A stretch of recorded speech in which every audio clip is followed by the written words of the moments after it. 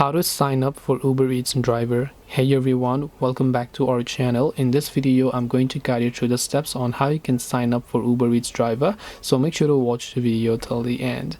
If you want to sign up for Uber Eats driver, first of all download the Uber Eats driver application that you can find here, and then just make sure to open it up. Then once you open this up, you're going to be able to see this type of interface here. Now from here you have to make sure to log into your normal Uber account, and when you log into your normal Uber account, it will ask you for a couple of information such as your profile photo, your driving license. You need to make sure to have all these documents ready, and then you can tap the profile photo and then just make sure to take your profile photo over here. And once you've done that, you also want to make sure to go ahead and select your driving license, and once you select your driving license, you can tap on the take photo option, and then you can take a photo of your driving license. Then you can repeat the process for your vehicle insurance, your registration certificate, and your vehicle commercial permit. And this way you'll be able to sign up for Uber Eats driver. Once you send the documents to Uber, they are going to verify it, and then they will let you know whether you're eligible or not.